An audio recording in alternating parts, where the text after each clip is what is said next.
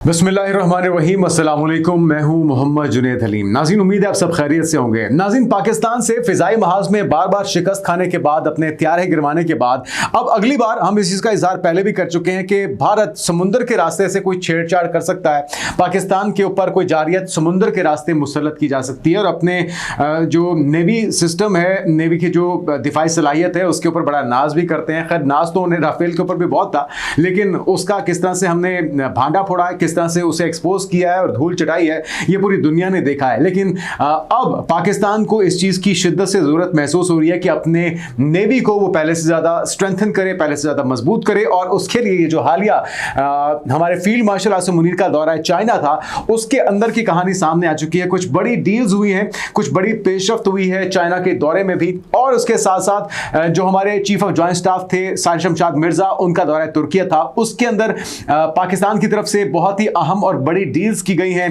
Turkish companies के साथ। और इसके साथ साथ टर्की इस वक्त खित्ते का एक बड़ा प्लेयर बन के सामने आया है। अपनी अस्करी कुव्वत को असलहा साजो सामान के अंदर जिस तरह से उन्होंने मनवाया है अपनी सलाहियतों के जरिए, वो काबिल जिक्र है। और उसको लेके भी कुछ नए मंसूबे, कुछ नए एग्रीमेंट्स, पाकिस्तान के साथ नया इश्तराक सामने आ रहा है। तो ये बहुत ही अहम और मालूमाती वीडियो आपके साथ शेयर करने जा रहे हैं, कुछ अहम मालूमात शेयर करने जा रहे हैं। आगाज कर लेते हैं फील्ड मार्शल आसिम मुनीर के दौरा चाइना का, जिसके अंदर कहा जा रहा है कि स्ट्रेटेजिक ताउन के अंदर एक नया संग मील इसको करार दिया जा रहा है। चाइना और पाकिस्तान के दरमियान जो नई डील्स हुई हैं वो बहुत ही अहमियत की हामिल हैं। फील्ड मार्शल आसिम मुनीर इस वक्त चीन के दौरे पर जब थे तो आला सतही अस्करी और सियासी मुलाकातें उनकी हुई हैं और डिफेंस और वेपन डील्स के ऊपर बहुत तेजी से काम आगे बढ़ाने पर इत्तेफाक किया गया है दोनों ममालिक के अंदर।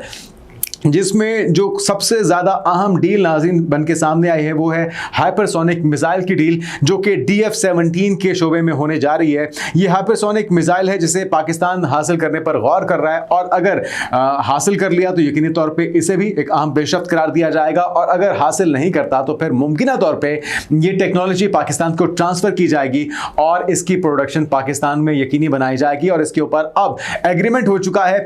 खबर जो निकल कर सामने आई है वो आपके साथ शेयर किए देते हैं और उसके साथ साथ आपको यह भी बताते हैं कि DF-17 बुनियादी तौर पे हाइपरसोनिक मिसाइल किन किन खुसूसियात का हामिल है। तो आवाज की रफ्तार से ये 6 से 10 गुना ज्यादा तेजी से सफर करता है। लगभग 6000 से 12000 किलोमीटर फी घंटा की रफ्तार से ये अपने टारगेट को हिट करता है। इसे ट्रेस करना इसलिए नामुमकिनात में शामिल है कि ये रास्ते में चकमा भी देता है। ये अपने जो टारगेट है उसकी पकड़ में नहीं आता, बल्कि ये अपना जिगजैग जो डायरेक्शन है या इसकी मूवमेंट है, इसकी वजह से अपने निशाने को ये एक्यूरेसी के साथ हिट करता है। यही मिसाइल ईरान ने इजराइल के ऊपर ताक के दागे थे, जिसकी वजह से उनका जो आयरन डोम है, दुनिया का जदीद तरीन दिफाई निज़ाम है, वो भी इसको ट्रेस आउट करने या इंटरसेप्ट करने के काबिल नहीं रहा था और उन्होंने अपने टारगेट्स को कामयाबी के साथ हिट किया था। इसके ऊपर नाज़रीन अमेरिका तेजी के साथ काम कर रहा है और गोल्डन डोम बनाने के लिए लगभग $170 बिलियन की इन्वेस्टमेंट की जा रही है। लेकिन अभी तक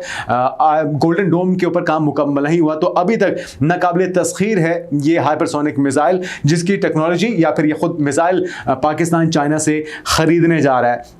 तो इसकी जो रफ्तार है ये इसकी सबसे बड़ी ताकत कही जाती है। तुर्की के टाइफून ब्लॉक 4 से इसका मुआवजा अगर किया जाए तो DF-17 मुकम्मल हाइपरसोनिक सलाहियत रखता है, जबकि टाइफून जैसे मिसाइल सिर्फ टर्मिनल फेज में स्पीड हासिल करते हैं। पाकिस्तान की मुमकिना जो स्ट्रेटजी है, जो हिकमत अमली है, वो क्या हो सकती है वो भी जान लीजिए। या तो बरह रास्त हम ये चाइना से खरीदने जा रहे हैं या फिर इसकी टेक्नोलॉजी जिस तरह से आपको बताया कि वो पाकिस्तान चाइना से हासिल करेगा और फिर पाकिस्तान ने चीन की मदद से बैलिस्टिक मिसाइल टेक्नोलॉजी हासिल करके खुद अपने मिसाइल पहले भी बनाए हैं और अब एक और इसके ऊपर तेजी से काम शुरू कर दिया गया है।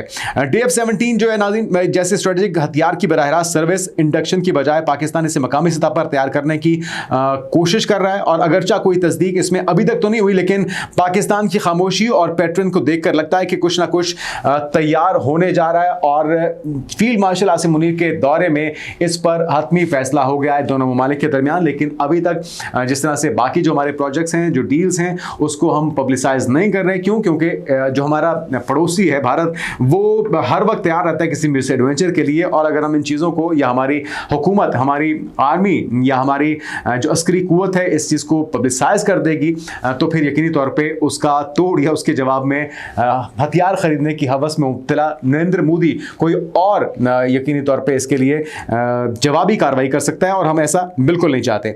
अगली जो खबर है नाज़रीन, वो आ रही है उस तारीखी दौरे से मुतल्लिक जो कि जनरल साहिर शमशाद मिर्जा ने तुर्की में किया है, और एक एग्जीबिशन थी। इस एग्जीबिशन के अंदर पाकिस्तान के और तुर्की के दरमियान तारीखी मुआहिदा हुआ है गिड्स और MKE के दरमियान। गिड्स बुनियादी तौर पे नाज़रीन ये पाकिस्तान का सरकारी दिफाई इदारा है, और तुर्की के दिफाई सरकारी इदारे MKE mechanical and chemical industry corporation ने एक अहम मुआहिदे पर दस्तखत कर दिए हैं। इस मुआहिदे के अंदर जो मकसद है वो आपके साथ शेयर कर देते हैं कि बुनियादी तौर पे इस मुआहिदे में होने क्या जा रहा है। एरोस्पेस, म्यूनिशन, फिजाई हथियारों में ताउन को फरोग दिया जाएगा। जदीद गाइडेड और इंटेलिजेंट बॉम्ब और मिसाइल टेक्नोलॉजी पर मुश्तरका काम तेज किया जाएगा। दोनों ममालिक की इंटेलिजेंस सलाहियतों को आपस में बरोकार लाया जाएगा, और उसके जरिए इसकी तख्लीक को यकीनी बनाया जाएगा, जबकि एरियल म्यूनिशन की तहकीक, तरक्की और मुश्तरका पैदावार को यकीनी बनाया जाएगा। जदीद दिफाई टेक्नोलॉजीज में इश्तराक आगे बढ़ाएंगे, और स्ट्रेटेजिक दिफाई मैन्युफैक्चरिंग और एक्सपोर्ट के नए मौके से पैदा होंगे। मुआहिदा तुर्की में हुआ है, जहां पे दोनों ममालिक के जो अस्करी हुकाम हैं वो मौजूद थे, और ये मुआहिदा IDEF 2025 तुर्की में होने वाली इंटरनेशनल डिफेंस इंडस्ट्री फेयर के दौरान हुआ है दोनों ममालिक के दरमियान, और इसमें पाकिस्तान और तुर्की के दरमियान दिफाई ताउन को मजीद मजबूत करने का भी अज़्म जाहिर किया गया है। सिर्फ कहानी यहाँ पर रुकती नहीं है। जो तुर्की के कान स्टेल्थ फाइटर जेट्स हैं, जो कि 5th जनरेशन फाइटर जेट्स हैं, उस पर भी बड़ी अपडेट सामने आई है, और इसमें पाकिस्तान का अहम किरदार भी सामने आ रहा है। आपके इल्म में अज़रबैजान, पाकिस्तान और तुर्की के दरमियान एक ताउन का इस 5th जनरेशन फाइटर जेट को बनाने का मुआहिदा पहले ही तय पा चुका है, और अब इस पे तेजी से काम को आगे बढ़ाया गया है। जो खबर सामने आ रही है वो भी आपके साथ शेयर कर देते हैं। इस प्रोजेक्ट में अहम शराकतदार तुर्की, जो मेन स्टेक होल्डर है, पाकिस्तान और अज़रबैजान इसके अहम शराकतदार हैं। 2024 में तुर्की के डिप्टी डिफेंस मिनिस्टर ने तस्दीक की थी कि मुतादिद पाकिस्तानी इंजीनियर्स और टेक्नीशियंस पहले ही इस प्रोजेक्ट पर काम कर रहे हैं और तुर्की में मौजूद हैं ऑलरेडी, यानी कि 200 से ज़्यादा पाकिस्तान के टेक्नीशियंस और इंजीनियर्स वहाँ पर मौजूद हैं। उसमें फाइटर पायलट्स भी हैं। तो जब ये पाया तकमील तक जैसे ही प्रोजेक्ट पहुंचेगा, तो इनको जो एक्सपेरिमेंट्स होंगे, जो तरबियती परवाजें हैं, उसके अंदर भी यकीनी तौर पे उनका अहम किरदार होगा।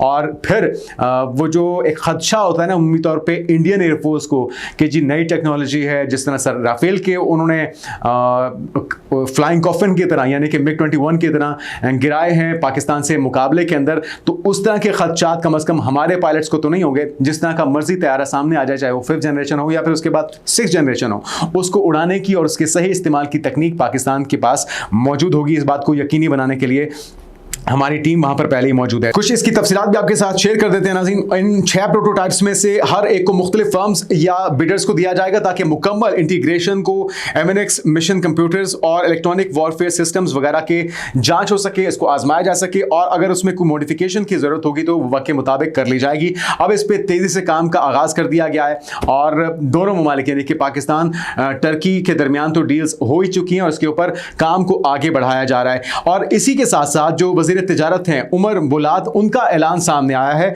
और वो ये कह रहे हैं कि तुर्की असलहा मार्केट का एक बड़ा खिलाड़ी बनके सामने आया है, खासतौर पे 2025 में, चाहे वो ड्रोन्स का शोबा हो, चाहे वो उनके लेज़र से फायर करने वाले ड्रोन्स को निशाना बनाने वाले टैंक्स हों, या उनकी नेवी के अंदर जिद्दत हो, असला साजी का अमल हो, और ये जो 5th जनरेशन फाइटर जेट्स हैं उसके अंदर भी उसने अपना सलाहियतों का लोहा मनवा लिया है। तो तुर्की इस वक्त जो असला साजी की दौड़ है उसके अंदर सबको पीछे छोड़ता हुआ दिखाई देता है, और इसी खौफ से अब इजराइल ने भी इस खदशे का इजहार कर दिया है कि अगर कोई शरारत होती है, जिस तरह से शाम के अंदर वो छेड़छाड़ कर रहे थे, तो उसके अंदर भी अपनी बरवक्त और सही मालूमात के जरिए अहमद अल शरा जो कि नए सरबराह हैं शाम के, उनके ऊपर होने वाले इजरायली हमलों से उनको बचाया है, और इस चीज़ का एहतराम उनकी तरफ से खुद भी किया गया है। तो तमाम शोबों के अंदर असला साजी का मामला हो या जदीद मालूमात का, बरवक्त इंफॉर्मेशन का मामला हो, उसके अंदर तुर्की ने अपनी सलाहियतों का लोहा मनवाया है, और इस खतरे से अब यकीनी तौर पे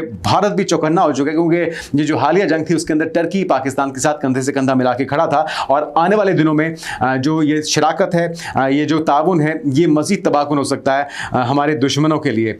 इसके साथ साथ इससे पहले कि हम वीडियो का अख्ताम करें, तुर्की ने अमेरिका और इसराइल की नींदें भी उड़ा दी हैं और तवील फासले तक मार करने वाला जो जदीद तरीन मिसाइल है वो तैयार किया है। उसकी तफसीलात भी आपके साथ शेयर कर देते हैं। तुर्की ने अपना तवील फासले तक मार करने वाला रेम जेट इंजन से चलने वाला गुकान BVR beyond visual range air to air missile भी मुतारिफ करवा दिया है। और तुर्की दिफाई ज़राए के मुताबिक गुकान और अमरीकी AIM-120D और MBDA मेट्योर से बेहतर कारकर्दगी के लिए डिज़ाइन किया गया है। इसकी जो रेंज है वो लगभग 185 किलोमीटर है और इंजन जो है रेम जेट है। हैसियत इसकी जांच के मराहिल में और प्लेटफॉर्म जो हैं F-16 ओज़गोर कान और दीगर जो तैयारे हैं फाइटर जेट्स हैं उनको ये निशाना बनाने की सलाहियत रखता है और उसके ऊपर नस्ब भी किया जाएगा।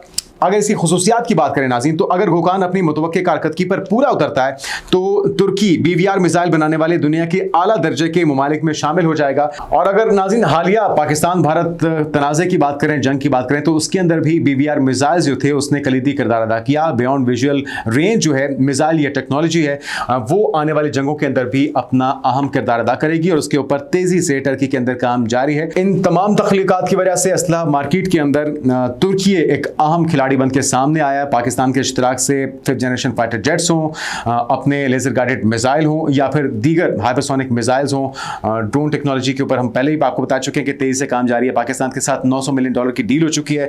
उम्मीद करते हैं आने वाले दिनों में इस ताउन से अपने दिफा को मजीद मौसर बनाया जाएगा। आने वाले दिनों की पेशरफ से आपको आगाह करते रहेंगे। अब तक के लिए इतना इजाज़त दीजिए। अल्लाह हाफिज़।